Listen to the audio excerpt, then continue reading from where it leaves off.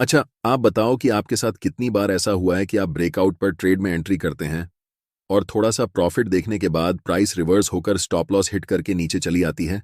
ऐसा नहीं है कि ये सिर्फ आपके साथ होता है। जब मैं भी ट्रेड करता हूं तो मेरे साथ भी ऐसा बहुत बार होता है। चिंता करने की कोई बात नहीं है। आज के वीडियो में हम एक ऐसी ब्रेकआउट स्ट्रेटजी डिस्कस करने वाले हैं जहां आप ज्यादातर समय फेक ब्रेकआउट को पहचान सकोगे और ऐसे ट्रेड में एंटर करने से बचोगे। तब आपका ट्रेडिंग में विन रेट भी बढ़ेगा। सबसे पहले जानते हैं ब्रेकआउट क्या होता है। ब्रेकआउट बेसिकली तब होता है जब प्राइस किसी इंपॉर्टेंट की लेवल को ब्रेक करती है।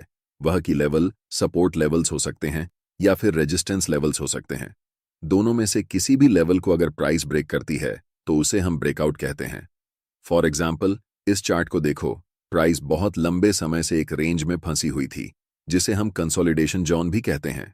इस कंसोलिडेशन जोन के ऊपरी लेवल पर एक रेजिस्टेंस लेवल ड्रा करेंगे और कंसोलिडेशन जोन के निचले लेवल पर एक सपोर्ट लेवल ड्रा करेंगे। इस पूरे कंसोलिडेशन के बाद जब प्राइस सपोर्ट लेवल को ब्रेक करके कैंडल नीचे क्लोज होती है, तब प्राइस बिना रुके हुए बड़ी बड़ी रेड कैंडल्स बनाते हुए नीचे चली जाती है। बट सवाल यह है कि हम कैसे इस तरह के सेटअप्स को ढूंढ सकते हैं जहां सबसे ज्यादा चांस हो कि प्राइस असल में यहां से ब्रेकआउट करके रैली करने वाली है। आप में से बहुत सारे लोग को लगता है कि ब्रेकआउट ट्रेडिंग तो हम चार्ट पैटर्न को देखकर कर लेंगे, लेकिन इसमें नया क्या है? मैं आपसे एक बात कहना चाहता हूं। जब आप चार्ट पैटर्न को पढ़ते हैं, चाहे वे आप किताब में पढ़ रहे हों या किसी के वीडियो लेक्चर देख रहे हों, आपको सिर्फ बता दिया जाता है कि ये फॉलिंग वेज है, ये बुलिश रेक्टेंगल है, ये बियरिश रेक्टेंगल है, या फिर ये राइजिंग वेज है, फ्लैग पैटर्न है, बियरिश पेनेंट है। आपको ऐसे पैटर्न्स के नाम और कहां पर एंट्री करनी है, कहां पर एग्जिट करनी है और टारगेट बता दिया जाता है। लेकिन क्या वाकई में ऐसे ही पैटर्न्स चार्ट पर बनते हैं? इसका जवाब है नहीं। यह सारे चार्ट पैटर्न्स थियोरेटिकल हैं आपको समझाने के लिए, लेकिन जब आप चार्ट पर इन पैटर्न्स को ट्रेड करेंगे तो आपको परफेक्ट पैटर्न्स चार्ट पर नहीं दिखेंगे।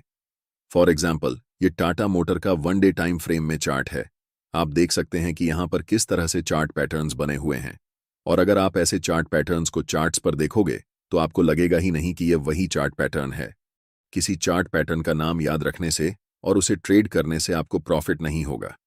सबसे पहले आपको ब्रेकआउट ट्रेडिंग के कॉन्सेप्ट को जानना होगा। मैं आपको बताना चाहता हूं कि मैंने कभी भी चार्ट पैटर्न्स को रिमेंबर करने की कोशिश नहीं की है। ऐसा इसलिए क्योंकि मुझे शुरुआती दौर में ही ब्रेकआउट ट्रेडिंग कॉन्सेप्ट के पीछे की साइकोलॉजी और रीजन पता थे। अगर आपको भी वह पता चल जाए तो आपको चार्ट्स पर परफेक्ट चार्ट पैटर्न्स ढूंढने की जरूरत नहीं पड़ेगी। सिंपल सा कॉन्सेप्ट है कि ब्रेकआउट होने से पहले मार्केट कंसोलिडेशन फेज में होना चाहिए, और जितना ज्यादा कंसोलिडेशन होगा उतना ज्यादा पावरफुल ब्रेकआउट होगा। बस यही सिंपल सा फंडा है, और यही कारण है कि मैं मार्केट में प्रॉफिट बनाता हूं और ज्यादातर ट्रेडर्स जो चार्ट पैटर्न्स को ट्रेड करते हैं लॉस करते हैं। इसीलिए चार्ट पैटर्न को याद मत करो। उसके बदले में जब भी आप चार्ट्स को एनालाइज करते समय प्राइस की कंसोलिडेशन देखो तो उस कंसोलिडेशन जोन के ऊपर और नीचे की लेवल्स को ड्रा करो। फॉर एग्जाम्पल, यहां पर प्राइस अब ट्रेंड में है तो यहां पर हम हायर लो और हायर हाई पॉइंट्स पर लाइंस को ड्रा करेंगे, और तब आपको ब्रेकआउट को ट्रेड करना है। अब लाइंस ड्रा करने के बाद आपके मन में एक सवाल आएगा कि अब प्राइस यहां से ऊपर की तरफ ब्रेकआउट करने वाली है या फिर नीचे की तरफ ब्रेकआउट करने वाली है। ज्यादातर ट्रेडर्स जैसे ही ब्रेकआउट होता है तुरंत ट्रेड में एंट्री कर लेते हैं, और बाद में उन्हें पता चलता है कि प्राइस थोड़ी सी ट्रेड की डायरेक्शन में जाती है, फिर रिवर्स होकर स्टॉप लॉस हिट करते हुए ट्रेड के अगेंस्ट चली जाती है। तब आप रियलाइज करते हो कि ये तो फेक ब्रेकआउट था, इसमें हमें एंट्री नहीं करनी चाहिए थी। सिर्फ कहीं पर भी ब्रेकआउट होने से ट्रेड में एंट्री करना सही नहीं होता है, क्योंकि 80% ऑफ टाइम जब प्राइस इनकी लेवल्स को ब्रेक करती है तो वह फॉल्स ब्रेकआउट होता है। डरने की कोई बात नहीं है। अब आपके मन में यही सवाल हो रहा होगा कि इतने सारे फेक ब्रेकआउट्स में से सही ब्रेकआउट को कैसे पहचानेंगे। जब भी प्राइस ब्रेकआउट करती है तो उस समय आपको मोमेंटम कैंडल को पहचानना होता है। वह मोमेंटम कैंडल चाहे एक बड़ी कैंडल हो सकती है या फिर छोटे छोटे एक जैसे कैंडल्स बनकर बड़ी कैंडल के बराबर हो सकती हैं। यहां पर प्राइस रैली के बाद कंसोलिडेशन जोन में है, इसलिए हम इस कंसोलिडेशन जोन के ऊपर और नीचे के की लेवल्स को मिलाकर लाइंस को ड्रा करेंगे, और जब भी price next time consolidation zone के अपर लेवल को ब्रेक करके कैंडल ऊपर क्लोज होती है तो हमें वहां पर ट्रेड के लिए प्लान बनाना है। इस चार्ट में दिक्कत यह है कि यह लंबी कैंडल जो मोमेंटम कैंडल है वह जस्ट ऊपर जाकर क्लोज हुई है, यानी कि अपर लेवल से ज्यादा ऊपर नहीं गई है, उसके जस्ट नजदीक जाकर क्लोज हुई है। इसलिए यहां पर हम नेक्स्ट कैंडल का इंतजार करेंगे। अगर वह नेक्स्ट कैंडल बुलिश हो जाती है तो हमारे लिए यह एक परफेक्ट एंट्री सेटअप रहेगा। अब यहां पर सिर्फ 3 पॉसिबिलिटी हैं। पहला, या तो प्राइस यहां से डायरेक्ट ऊपर चली जाएगी। दूसरा, प्राइस यहां से फिर रीटेस्ट करने के लिए इस लेवल पर आएगी और तब ऊपर की तरफ रैली करेगी। और तीसरा, कि प्राइस डायरेक्ट यहां से नीचे की तरफ आती है और हमारा स्टॉप लॉस हिट हो जाता है। लेकिन अगर हम मोमेंटम कैंडल पर ही एंट्री कर लेते हैं तो हम 2 सिनेरियो में प्रॉफिट बनाएंगे। या तो प्राइस अगर यहीं से ऊपर चली जाए तो भी हम प्रॉफिट बनाएंगे। अगर प्राइस रिसेट के लिए इस लेवल पर आए और उसके बाद रैली करे तो भी प्रॉफिट बनाएंगे। और इन दे केस अगर प्राइस डायरेक्ट नीचे चली जाए तो स्टॉप लॉस हिट हो जाएगी। लेकिन हमारे पास 3 प्रोबेबिलिटी हैं, जिसमें से 2 बार चांस होंगे कि हम प्रॉफिट बना सकते हैं।